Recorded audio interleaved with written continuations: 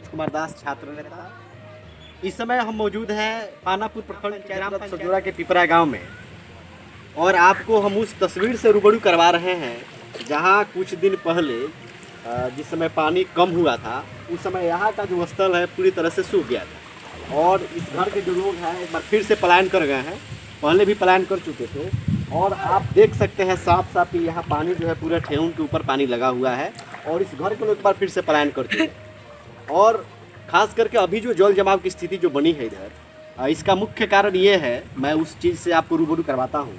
इस सजोरा लखनपुर पथ पे जो रोड टूटा हुआ था पेट्रोल पंप के सामने, उस रोड जो टूटा हुआ था और 12 तारीख को बंगरा घाट पुल का उद्घाटन करना था नीतीश कुमार जी को, मुख्यमंत्री जी को उद्घाटन करना था। तो उसी दिन जो है कि पुल को बांधा लोग, और बांधने के बाद एक बार पुल फिर से टूट गया, और टूट जाने के बाद मुख्यमंत्री जी का शिकायत होने लगा, पूरा सोशल मीडिया पर चलने लगा।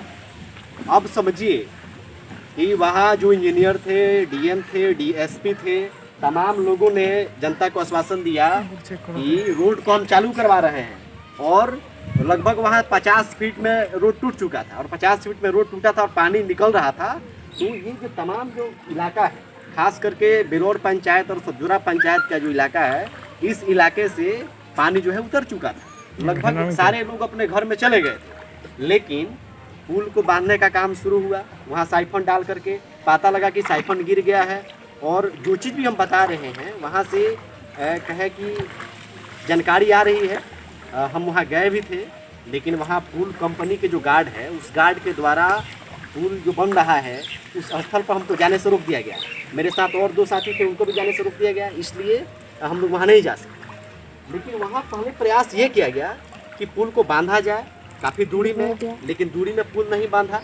साइफन जो है डालने के बाद गिर कर चला गया, अंदर चला गया, डूब गया साइफन। उसके बाद किसी तरह मुख्यमंत्री का शिकायत न हो, सरकार की शिकायत न हो, उनकी आलोचना न हो, क्योंकि सामने चुनाव है। इसके लिए क्या किया गया, वहाँ मात्र 5 से 6 फीट एक साइफन जो है, 1 से 2 साइफन ही लगाया गया है वहाँ पे, और उतना ही दूर में पानी निकल रहा है, और रोड को पूरी तरह से बांध दिया गया है।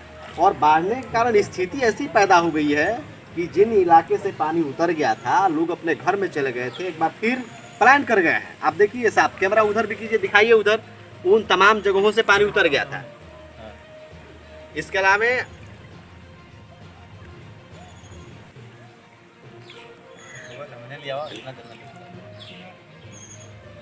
और अब एक चीज़ और मैं बता देना चाहता हूँ कि सरकार के जरिए जो राहत चलाया जा रहा था, चाहे वो कम्युनिटी किचन हो या इसके अलावा जो भी सुविधाएं जो लोगों को दी जा रही थी, ये सुविधाएं लगभग पानापुर प्रखंड और ये जो इलाका है, इस तमाम इलाके में ये सुविधाएं बंद हो चुकी हैं, और लोग एक बार फिर पलायन कर चुके हैं। ऐसी स्थिति में लोगों के सामने भुखमरी की समस्या एक बार फिर उत्पन्न हो रही है। एक बार फिर लोगों का जो है कि बाजार से संपर्क टूट गया है, आने जाने में बहुत ज़्यादा कठिनाइयाँ हो रही हैं।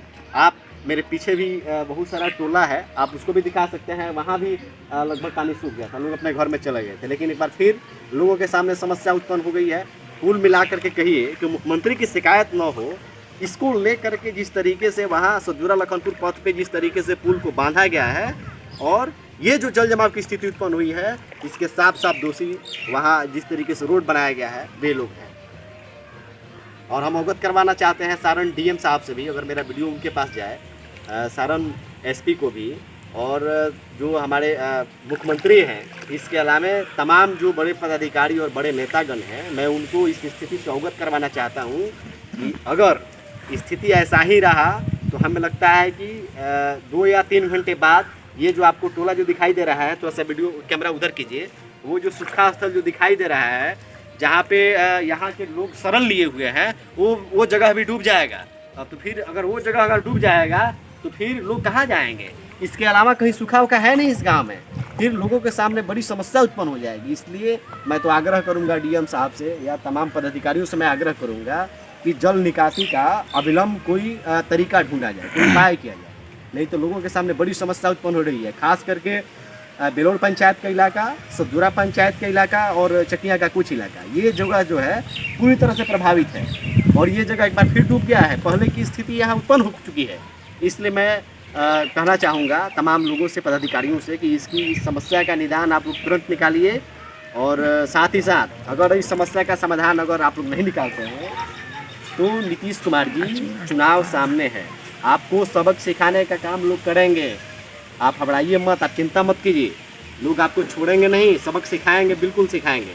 और मैं कहूँगा तमाम लोगों से, खास करके इस इलाके से जो इलाका अभी डूबा हुआ है, कि चुनाव जो सामने आ रहा है उसमें आप लोग सिखाइए मुख्यमंत्री जी को।